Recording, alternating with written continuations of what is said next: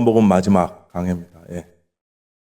마지막이라서 홀가분하신지 기대가 되시는지 모르겠는데 요한복음 21장 1절부터 14절을 기니까 한 절씩 교독해 주시면 감사하겠습니다. 제가 먼저 읽겠습니다. 그 후에 예수께서 디베랴 호수에서 또 제자들에게 자기를 나타내셨으니 나타내신 일은 이러하니라. 시몬 베드로와 디드모라 하는 도마와 갈릴리 가나 사람 나다나엘과 세베대 아들들과 또 다른 제자들이 함께 있더라.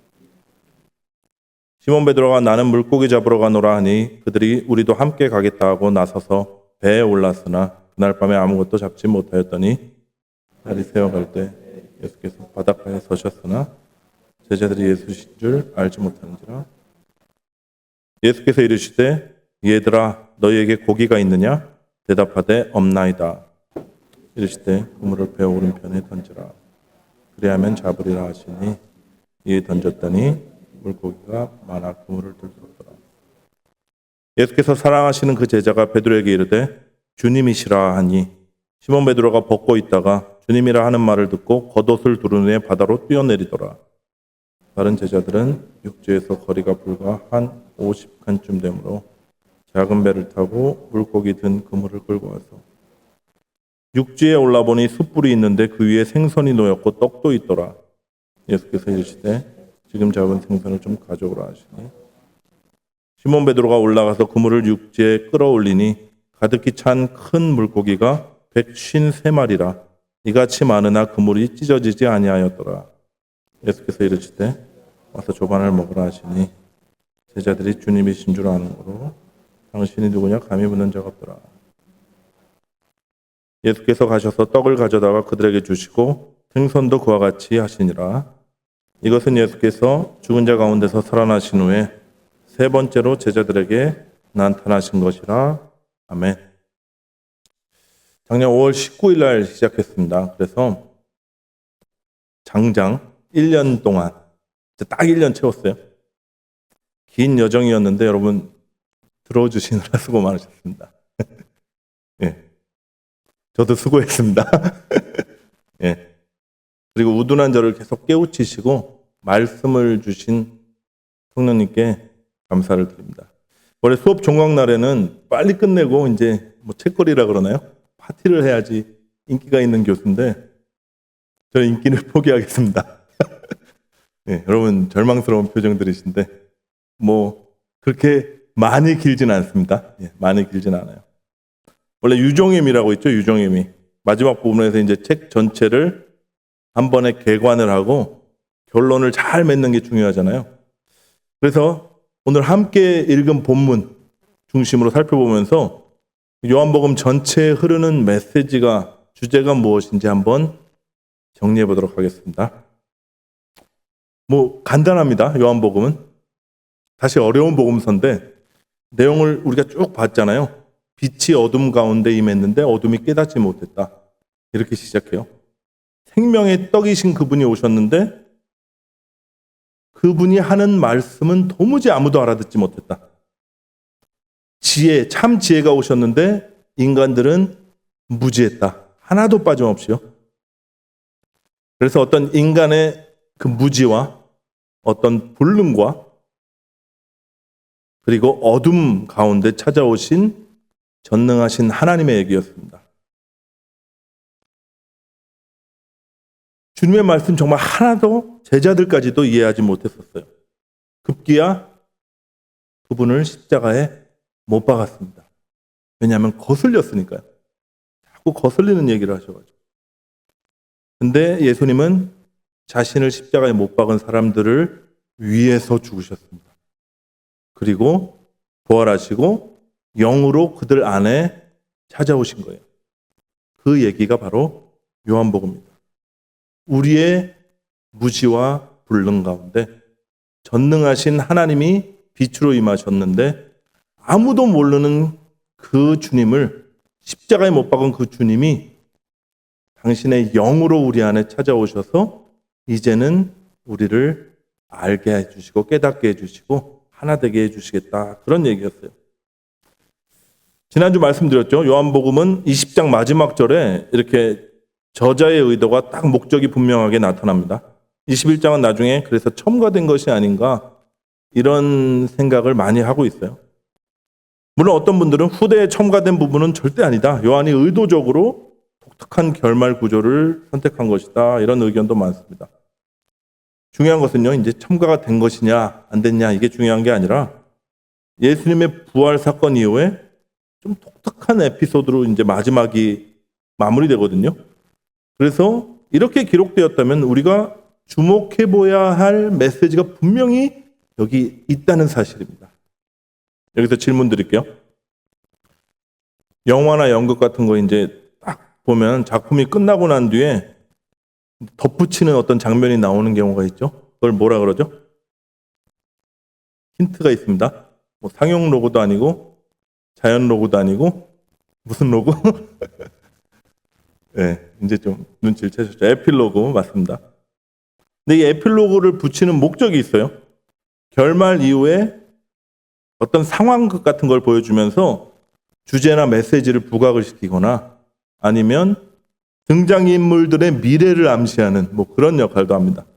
오늘 본문 21장에 나오는 이 물고기 잡는 에피소드, 그리고 주님과 아침 식사하는 장면, 그리고 몇 주 전에 다루어서 오늘 읽지는 않았지만 베드로에게 예수님이 3번 질문하시고 3번 대답하는 그런 사건들은요, 요한복음 전체에 흐르는 그 메시지를 담고 있습니다. 또 앞으로 사명을 감당해야 할 제자들의 운명도 암시되어 있습니다. 그런 걸 보면 요한복음 21장이 아마도 에필로그적인 성격을 띠고 있지 않나 분명히 그렇게 짐작해 볼 수 있죠. 본문 1절 보시죠. 그 후에 예수께서 디베라 호수에서 또 제자들에게 자기를 나타내셨으니 나타내신 일은 이러하니라. 부활한 주님께서 제자들에게 또 나타나세요. 도마 없을 때 한번 나타나셨고 8일 후에 도마가 있을 때 한번 나타나셨고 그리고 이번이 3번째 나타내시는 장면입니다. 예수님은 제자들에게 계속해서 자신을 나타내시는데요. 그분은 우리에게도 또한 계속해서 자신을 나타내십니다. 생각해 보세요. 우리더러 하늘로 올라오라고 하지 않으시고 신이 인간의 몸이 되셔서 땅으로 내려오신 분이 예수님이시잖아요. 근데 그분이 갑자기 돌변하셔서 부활한 다음에 너희들 열심히 믿어라, 결단하고 순종해서 거룩해 돼서 나한테 오라 이렇게 하지 않으세요. 우리가 여전히 연약해서 넘어진 그 자리에 어쩌면 더럽고 추한 그곳으로 주님 친히 찾아오셔서 자신을 나타내 주십니다. 그리고 그 자리에서 우리를 일으켜 세우시고요. 깨끗게 하게 하시며 거룩하게 만드세요. 그리고 사명을 맡기십니다. 오늘 예수님 찾아오신 제자들 역시 마찬가지였어요. 부활하신 예수님 만난 다음입니다. 여전히 근데 실패자라는 그 자괴감에 또 무너진 자존심 때문에 예수님을 떠나서 물고기나 잡자고 낙향한 사람들이에요. 예수님에게 인생을 걸고 그 주님이 왕이 되시면, 이스라엘의 임금이 되시면 한 자리쯤 차지해서 금의 환영할 줄 알았는데요. 모든 바람이 한여름밤의 꿈처럼 다 사라졌어요. 그리고 마치 폐잔병처럼 고향으로 돌아온 겁니다. 2절을 읽을 텐데 몇 명의 폐잔병이 있는지 한번 맞춰보십시오. 시몬 베드로와 디드모라 하는 도마와 갈릴리 가나 사람 나다나엘과 세베대의 아들들과 또 다른 제자 둘이 함께 있더니 몇 명이죠? 몇 명? 6명이요? 세베대의 아들들이라고 나오는데 야고보와 요한 그리고 제자 둘 추가 4명 그리고 앞에 이름 써진 사람이 3명 7명입니다. 7명. 여기 이름이 언급된 사람이 3명 있죠. 시몬 베드로, 디드모, 쌍둥이라고 하는 도마, 갈릴리 가나 사람 나다나엘, 바돌로메로 추정되는 제자입니다. 흥미로운 것은 이 3명이 공통점이 있어요. 뭐가 있을까요? 한번 생각해 보십시오. 첫 번째 공통점은요. 성경에 이 3사람의 연약함이 잘 기록되어 있다는 거예요. 베드로는 뭐였죠? 배신자였습니다. 도마는요? 의심 많은 도마.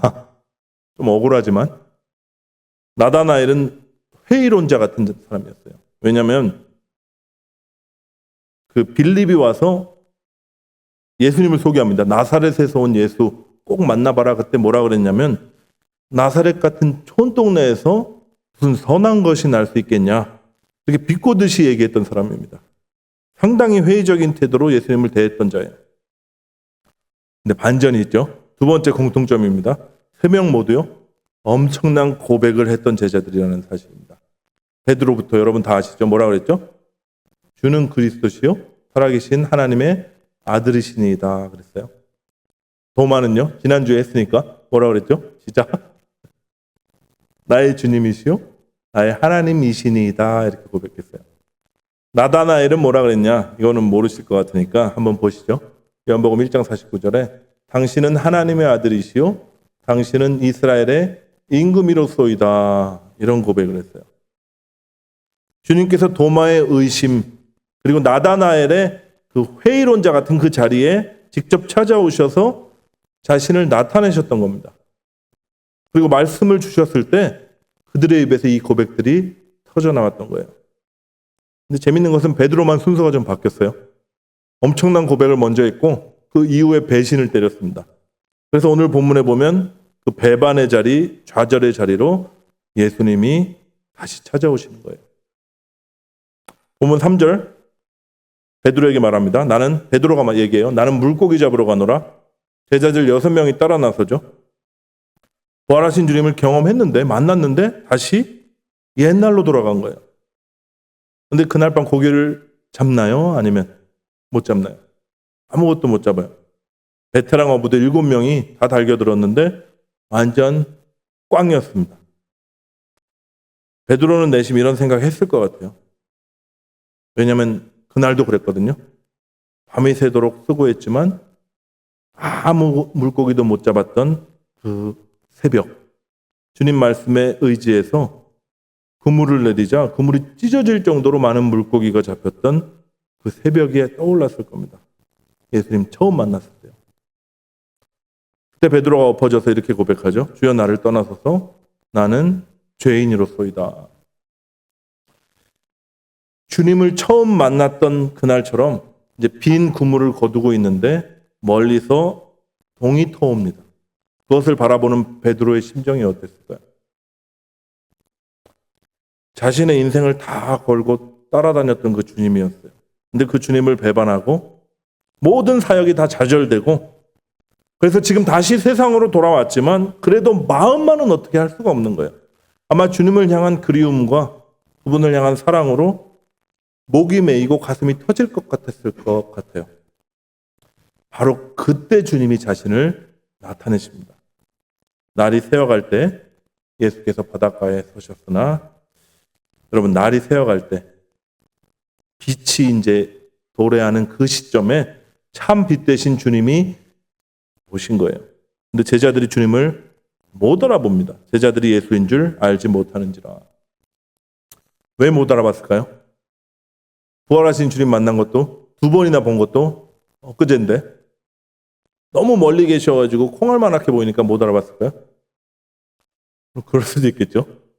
한 100m쯤 떨어져 있는 걸로 추정되는데 근데 요한이 다시 한번 강조하고 대조하고 싶은 것은요. 빛과 어둠입니다. 요한복음 1장부터 이 어둠과 빛을 대조하면서 이야기 시작했었죠. 빛이 어둠에 비치되 어둠이 깨닫지 못하더라. 참빛고 세상에 와서 각 사람에게 비추는 빛이 있었나니 그가 세상에 계셨으며 세상은 그로 말미암아 지은 바 되었을 때 세상이 그를 알지 못했다. 이렇게 증언하면서 시작했던 그 이야기 마지막에 다시 동이 트고 빛 대신 주님이 오셨는데 제자들이 못 알아보는 거예요. 왜냐? 제자들은 아직도 어둠 가운데 있었기 때문입니다. 무슨 어둠이죠?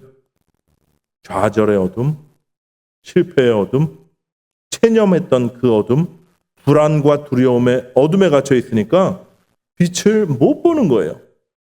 근데 주님께서 다시 말씀하십니다. 얘들아, 너에게 고기가 있느냐? 여기서 얘들아 부르시죠? 이때 사용된 헬라어가 이제 파이디아라는 단어거든요. 들어보신 분 있을 거예요. 파이디온이라는 단어의 복수형인데 유아기를 막 지난 어린 아이들을 부를 때 부르는 호칭입니다. 애기들아 이렇게 부르는 거예요. 작은 아이들아. 영적으로 유아기를 지내는 어린아이와 같은 제자들에 대한 그 주님의 연민과 그 사랑과 그 긍휼하심이 듬뿍 배어나는 지금 호칭이에요. 얘들아, 애기들아, 너희에게 고기가 있느냐? 문법적으로 이런 얘기예요. 너희들 고기 없지? 이렇게 물어보시는 거예요. 다 아셨습니다. 빈손이고 꽝이고 아무것도 없는 걸 예수님 다 아시고 물어보신 거예요. 어떠세요? 주님이 저와 여러분들한테 애기들아 이렇게 부르신다면 어떤 느낌이 드실 것 같습니까? 저에게는 이 호칭이 이렇게 들리는 것 같아요. 내 사랑하는 자식들아, 너희가 지금 영적으로 너무 어리고 연약하지만 너희가 실패와 체념으로 지금 무너져 있지만 그럼에도 불구하고 너희들은 나의 아들이고 나의 딸이다. 이렇게 얘기하시는 것 같습니다. 이때 다시 말씀이 임하죠. 그물을 배 오른편에 던지라. 그리하면 잡으리라. 이 부분은 좀 중요한 교훈이 담겨 있으니까 같이 한번 읽겠습니다. 본문 6절 말씀 시작. 이르시되 그물을 배 오른편에 던지라. 그리하면 잡으리라 하시니 이에 던졌더니 물고기가 많아 그물을 들 수 없더라. 잘 보세요. 그물을 오른편에 던지라. 말씀이 먼저 임하죠. 그리고 제자들은 이 들은 말씀을 행동에 옮깁니다. 우리에게 익숙한 단어로 말하면 순종했죠. 솔직하게 말하면 제자들은 정말 절망스럽고 어두운 상황이었어요. 순종할 힘도 없고 솔직히 마음도 안 생겼을 것 같습니다. 그런데 다른 대안이 없는 거예요. 그래서 순종했습니다. 그리고 우리도 그럴 때 순종합니다. 모든 일이 잘 풀리고 바쁜데 걱정거리까지 없잖아요. 그러면 순종은커녕 아예 말씀도 들려오지 않습니다. 다 경험해 보셔서 아시죠?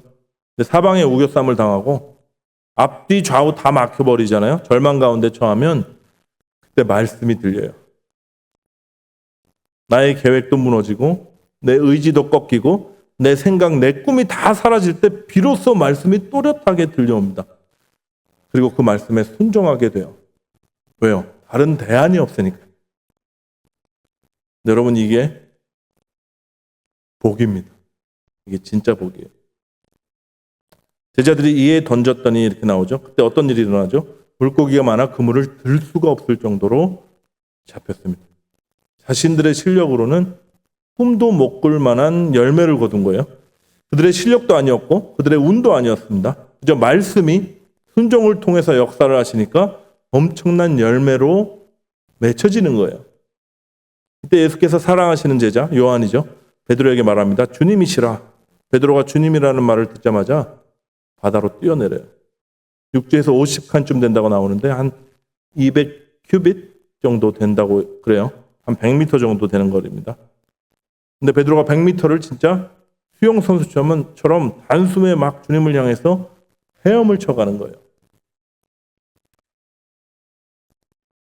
주님을 향한 그 그리움과 사랑, 가슴이 터질 것 같은 그 베드로의 마음을 잘 보여주는 행동입니다. 물론 그의 불같은 성격도 한몫했죠. 베드로가 가장 먼저 헤엄쳐서 주님 앞에 서고요. 다른 제자들도 배를 타고 물고기 든 그물을 끌고 와서 같이 육지에 올립니다. 제 생각에는 베드로가 주님 앞에 섰는데 주님의 눈도 못 바라봤을 것 같아요. 그런데 그의 눈을 사로잡는 게 하나 있었는데 뭐였죠? 9절 말씀 보시죠. 육지에 올라보니 숯불이 있는데 그 위에 생선이 놓였고 떡도 있더라. 밤새 고기를 잡았으니까 배고파 죽겠으니까 생선이 먼저 보였을까요? 아니면 떡이 보였을까요? 베드로의 시선을 사로잡는 것은 숯불이었습니다. 왜죠? 자신이 주님을 배반했던 그날, 저주했던 그 밤에 정말 생각도 하기 싫은 그 밤에 숯불은 그의 배반과 실패의 상징처럼 남아있으니까요. 본문을 다시 보십시오. 숯불 위에, 다시 말해서 베드로의 그 실패와 좌절 위에 그 위에 생명의 떡이신 그리스도가 놓이십니다. 그 위에 생선이 놓였고 떡도 있더라. 그러면 우리도 다름없어요. 우리 주님께서는요, 저와 여러분의 어떤 헌신이나 성공이나 자랑스러운 업적 위에 임하시는 것이 아니라 어디에 임한다고요? 우리의 실패와 좌절 위에, 절망과 자기 부인 위에 임하십니다. 생명의 떡이신 그리스도가 그 이유에 비로소 놓이세요. 그럼 우리가 저지르는 가장 큰 실수가 두 개 있는데, 하나는 과대평가하는 것이고 하나는 과소평가하는 거예요. 과대평가, 뭘 과대평가할까요? 나 자신을 과대평가해요. 본성적으로 우리는 그렇습니다. 내 안에 무슨 선한 것이 그래도 있겠지. 내가 많이 부족하긴 하지만 그래도 주님께서 예쁘게 봐주실 만한 뭐 쓸만한 것이 뭐라도 있겠지 하고 생각해요. 과대평가입니다.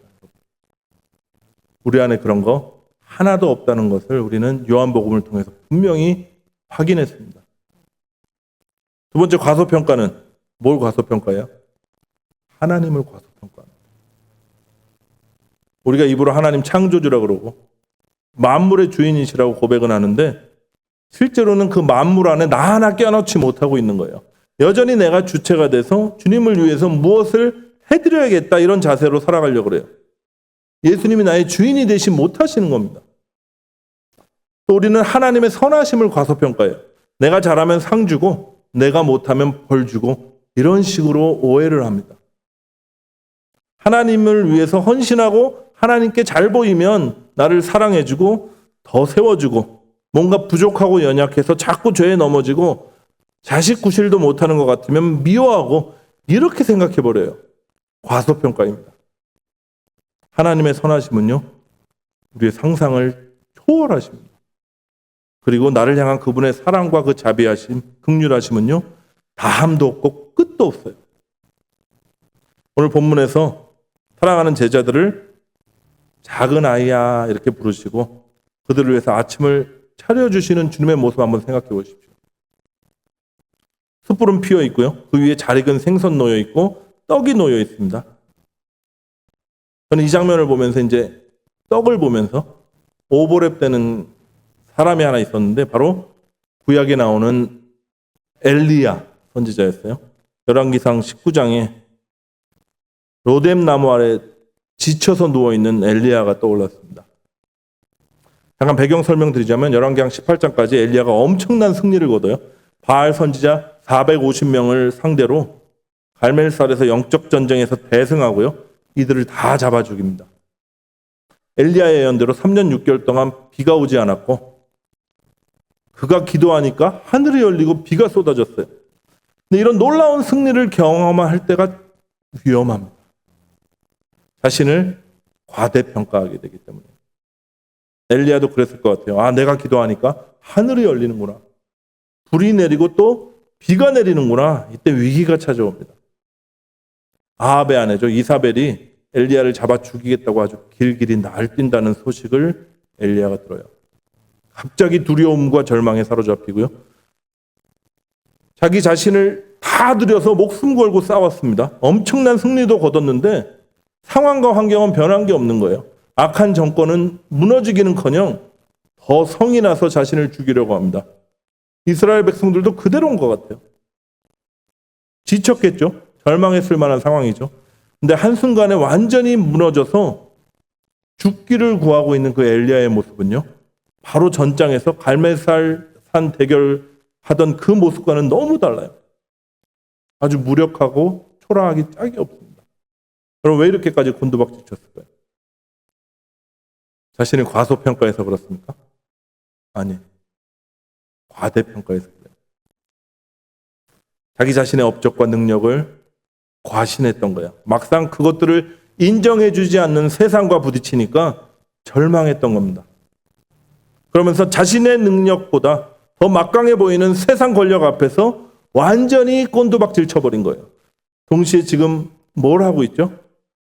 자신을 통해서 사역하신, 역사하신 하나님의 그 전능하심을 과소평가하고 있습니다. 여러분, 이렇게 스스로 과대평가하면요, 뭐가 따라오냐면 하나님을 과소평가하게 돼요. 근데 하나님은요, 잘 보세요. 그냥 날 죽여주십시오. 이스라엘의 하나님을 향한 열심이 특심인 자가 나 하나밖에 안 남았습니다. 이제는 지칩니다. 그냥 날 죽여주십시오. 이런 기도 같지도 않은 넋두리 하고 있는 엘리야를 찾아오셔서 책망하지 않으세요. 대신 뭐 하시냐면 먹이고 쉬게 해주십니다. 우리 하나님의 선하심은 한이 없어요. 그분의 사랑과 긍휼은 담이 없는 거 성경을 통해서 같이 보시죠. 로뎀나무 아래에 누워 자더니 천사가 그를 어루만지며 그에게 이르되 일어나서 먹으라 하는지라. 본즉 머리맡에 숯불에 구운 떡과 한 병 물이 있더라. 이에 먹고 마시고 다시 누웠더니 여호와의 천사가 또 다시 와서 어루만지며 이르되 일어나 먹으라. 내가 갈 길을 다 가지 못할까 하노라 하는지라. 여기도 나오죠. 숯불 나오고 떡이 나오고. 그럼 오늘 본문에 나오는 제자들 같은 상황이었습니다. 근데 예수님께서 너희 도대체 여기 와서 뭐 하고 있는 거냐? 이렇게 책망하는 말 한마디도 안 하셨어요. 대신 생선과 떡을 준비해 놓고 말씀하셨습니다. 와서 조반을 먹어라. 여러분, 이 장면을 제가 머리에 그리면서 예수님의 말씀을 한번 생각해 봤어요. 이렇게 들리는 것 같아요. 너희들은 내 식구다. 나는 한 번도 너희들을 포기한 적이 없다. 와서 나를 먹고 마셔라. 실패한 너희 자신들을 보지 말고 와서 나와 하나 되자. 내가 너희에게 사명을 맡기겠다. 사실 여기서 사명에 대한 얘기는 안 하셨는데 저한테 그렇게 들리는 건 10절 말씀 때문입니다. 함께 봉독하실게요. 시작. 예수께서 이르시되 지금 잡은 생선을 좀 가져오라 하시니. 여러분 잘 보세요. 생선은 이미 숯불 위에 놓여져 있었습니다. 잘 구워져 있었어요. 근데 제자들에게 더 가져오라고 하십니다. 어떤 생선이었죠? 주님 말씀에 순종해서 얻은 열매들이었어요. 여러분 이게 영적 의미가 있습니다. 주님 마련하신 이 기쁨의 회복의 식탁에 우리를 참여시키는 그 은혜가 나타나 있어요. 주님 혼자 다 하실 수 있었거든요. 근데 주님의 기쁨이 우리의 기쁨 되게 하시기 위해서 지금 우리가 얻은 그것을 요구하고 계신 겁니다. 생각해 보세요. 이 모든 게 다 주님으로부터 받은 것 아닙니까? 근데 그걸 달라고 하시는 거예요. 주님께서 뭐가 부족하셔서 우리에게 뭔가 요구하시는 분이 아니에요. 그분은 스스로 있는 자, 자존자입니다. 홀로 완전하신 분이에요. 그런 분이 뭐가 부족해서 뭐 우리에게 쌈짓돈 달라고 하시겠습니까? 근데 주님의 기쁨이 나의 기쁨이 되는 그 놀라운 은혜를 부어주시는 겁니다. 주님과의 연합과 참여를 통해서 우리를 거룩하게 하시는 거예요. 그래서 가장 선하시고 가장 좋으신 주님 자신을 우리에게 주시는 것이 그분의 뜻이고 목적입니다. 문제는 뭐냐면 이분을 담을 그릇이 준비되어 있는가 하는 거예요. 참 빛을 담을 주머니가 내게 마련되어 있는가? 제자들은 이제 준비가 됐던 것 같아요. 아니 배반하고 실패하고 좌절해서 이제 세상으로 돌아와서 밥벌이나 하자 하는 이런 사람들이, 이런 자들이 준비가 되었다고? 이런 생각하실 수 있죠. 여러분 그래서 준비가 된 것입니다. 본문 11절 함께 보시면 좀 이해가 되실 거예요. 시몬 베드로가 올라가서 그물을 육지에 끌어올리니 가득히 찬 큰 물고기가 153마리라 이같이 많으나 그물이 찢어지지 아니하였더라. 제가 앞에 잠깐 언급했는데 베드로가 예수님 처음 만났을 때 같은 말씀을 듣고 순종하고 고기를 잡았죠. 그때 그물이 어떻게 됐나요? 찢어졌습니다. 그때 베드로가 고백했죠. 나는 죄인이로소이다. 여러분, 우리 자신이 짠 그물은 찢어질 수밖에 없어요. 사람이 짠 그물은 또 찢어져야만 합니다. 생명을 담을 수 없는 그릇이니까. 근데 베드로의 그물이 언제 완전히 찢어져 버리죠? 숯불이 펴있던 그날 밤. 그동안은 어땠냐면 찢어진 곳 열심히 꼬매고 고치고 뭘 담으려고 하는데 자꾸 슬슬 새나가는 그런 정도로 예수님 따라다녔어요. 근데 사랑하는 주님을 배반한 그날 밤에 완전히 갈기갈기 다 찢어져 버렸습니다. 자기 자신의 모든 사역과 열정과 선함을 다 포기했어요. 철저한 자기 부인. 이런 상태가 되니까 이제는 놀라운 것이 더 이상 그물이 찢어지지 않는 거예요. 신기하지 않으십니까? 우리는 보통 어떻게 생각하죠? 생명을 담을 그릇이 되려면 깨끗해져야 된다. 거룩해져야 된다. 또 나의 진심과 열심이 있는 그릇이 되어야 된다. 이렇게 생각하기 십상이죠. 근데 그래서 우리가 뭘 하죠? 그릇을 열심히 닦고 광을 내고 아주 노력합니다. 근데 성경을 보니까 진짜 생명이 담길 수 있는 그릇은 깨어지고 부서진 질그릇이에요. 나의 의와 나의 열심 다 깨어지고요. 나의 자랑과 남을 판단하는 그 판단도 다 부서지고 찢어진 그곳에 참 생명이신 주님이 찾아오십니다. 진짜 생명을 담은 그릇, 진짜 빛을 담은 대신 주님을 담은 그 그물이 되는 겁니다. 지금 베드로가 그 지점까지 와 있는 거예요. 이제는 생명을 담을 수 있는 그물이 되어 있는 것이에요. 여러분, 그물이 찢어지지 않고 생명이 담기면 어떻게 될까요? 새나가지 않잖아요. 차겠죠? 차고 넘칠 겁니다. 여러분, 이게 사역이에요. 교회의 사명이 이것입니다. 먼저 그리스도의 생명으로 우리가 가득 채워지는 거예요. 그리고 그 생명이 넘쳐 흘러서 다른 사람에게 생명을 주는 삶을 살라고 부르시는 것입니다. 이게 우리의 사명이고 우리의 사역이에요. 여러분, 믿음의 선진들 모두 한 명도 외에 없이 바로 이 지점에 와서야 비로소 사명을 감당할 수 있었습니다. 바울을 한번 보십시오. 스데반을 돌로 쳐 죽이기 전에 예수님이 불렀으면 얼마나 좋았어요. 평생 입은 마음에 가시가 되어 자신을 괴롭혔는데 예수 믿는 자들 핍박하고 잡아서 옥에 가두고 난리 부르스 치기 전에 예수님 부르셨으면 얼마나 좋았습니까? 근데 나쁜 짓 다 하고 심지어 그 천사 같은 얼굴의 스데반에게 돌을 들어서 던져 쳐 죽이는 경험까지 다 하게 하신 후에 주님이 그때 부르셨어요. 근데 여러분, 그래서 위대한 사도가 될 수 있었던 겁니다. 참 생명을 담는 그릇이 되었으니까요. 나는 죽고 예수가 산다는 위대한 고백의 바탕에는 늘 스데반을 쳐 죽이고 그리스도인을 핍박했던 자신의 옛 자아에 대한 자각이 있었습니다. 뭐라 그랬죠? 나는 사도들 중에 지극히 작은 자에서 모든 성도들 지극히 작은 자보다 더 작은 자. 나중에는 뭐라 그랬죠? 나는 죄인 중에 괴수다라는 고백이 사도 바울에게는 늘 있었습니다. 그럼 이제 생명을 담을 수 있는 깨어진 그릇이 된 베드로에게 예수님 3번 질문하십니다. 너는 나를 사랑하느냐? 예전 같았으면 뭐라 그랬을까요? 저는 제 목숨을 바칠 정도로 주님을 사랑합니다. 이랬겠죠? 근데 이번엔 뭐라고 대답하죠? 주님이 아십니다. 이렇게 대답해요. 여러분, 주체가 바뀐 게 보이시나요? 저에게는 사랑이 없습니다. 주님을 사랑하지만 자신이 없습니다. 주님의 사랑을 제게 부어주셔야 그 사랑으로 주님 사랑할 수 있습니다. 지금 이런 고백을 드리고 있는 거예요.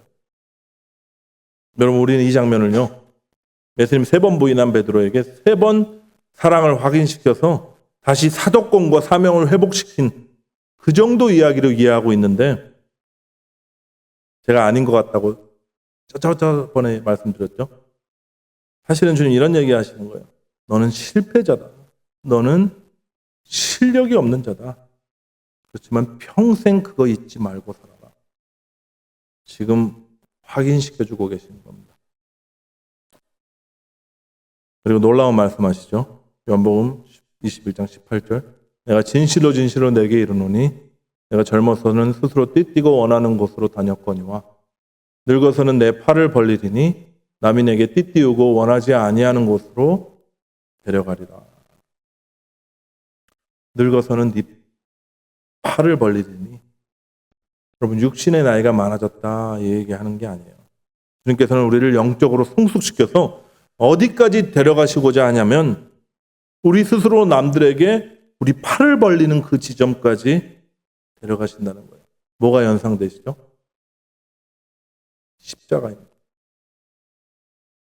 우리 자아의 죽음을 통과하고 전적으로 우리를 포기하고 예수 그리스도의 그 생명이 담겨서 주님과 함께 걸어가며 주님이 이끌어 가시는 곳으로 갈 때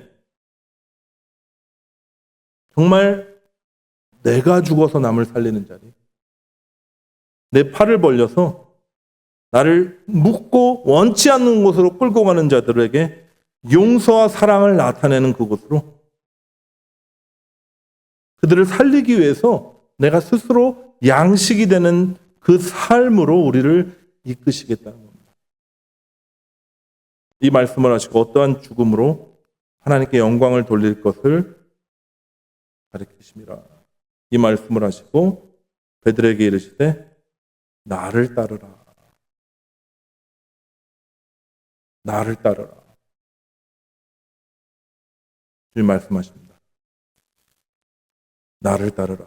여러분, 이곳까지 주님 따르시겠습니까? 어둠 가운데 참 빛으로 오신 예수님 따르시겠습니까? 줄이고 목마른 우리에게 오셔서 우리의 생명의 떡이 되시고 생수가 되신 이 주님, 나 죽은 십자가 지고 남들 살리는 양식 되는 자리까지 여러분 따라가시겠습니까? 갈 바를 알지 못해서 그냥 하루하루 주어진 삶을 살면서 허무해하던 우리를 찾아오신 우리의 양의 문이 되시고 선한 목자 되신 주님, 그 주님이 부르시는 이곳까지 여러분 따르시겠습니까? 우리는 못하지만 성령님 오셨습니다. 끝까지 붙들어 매서 주님 가시는 곳, 십자가 지는 곳, 세상 가운데 용서와 사랑을 선포하는 그 자리까지 우리를 끌고 가시기 위해서 성령님 오신 거예요. 이게 요한복음의 결론입니다. 함께 기도하시겠습니다. 하나님 아버지, 저희들 어둠이었고 저희들 무지에서 주님을 찾지도 알지도 못하던 그런 자들이었는데, 허물과 죄로 죽었던 자들이었는데 생명이신 주님, 창조주 하나님, 모든 만물의 주인이신 주님이 친히 사람이 되셔서 우리를 찾아오심을 인하여 이 시간 감사를 드립니다. 하늘 위에서 사랑한다 사랑한다 말로만 하지 않으시고 친히 우리 안에 오셔서 우리의 모든 질고를 다 경험하시고 주님을 손가락질하며 채찍질하며 욕하며 못 박는 우리들을 위해 죽으시고 우리 안에 부활하신 주님께 영광과 감사를 드립니다. 우리가 요한복음서를 통해서 본 하나님의 그 사랑으로 우리가 가득 채워지게 하옵소서. 생명을 담은 그릇으로 주님으로 가득 채워질 때 그 주님의 생명이 넘쳐흐르고 주님의 사랑이 넘쳐 흘러서 정말 하나님 찾으시는 아름다운 열매들이 우리 주변과 우리 가족과 우리가 기도하는 열방 가운데 주렁주렁 맺히는 영광을 보게 하여 주시옵소서. 주님, 성령 하나님을 통해서 우리를 인치시고 끝까지 이 길 가게 하시겠다고 약속하신 주님, 그 주님만 바라보며 우리 이 길 함께 걸어갈 때 하나님의 덕을 선전하고 아름다운 주님의 영광을 드높이는 놀라운 우리 모두가 될 수 있도록 역사해 주시옵소서. 예수 그리스도의 이름으로 감사하며 기도합니다. 아멘.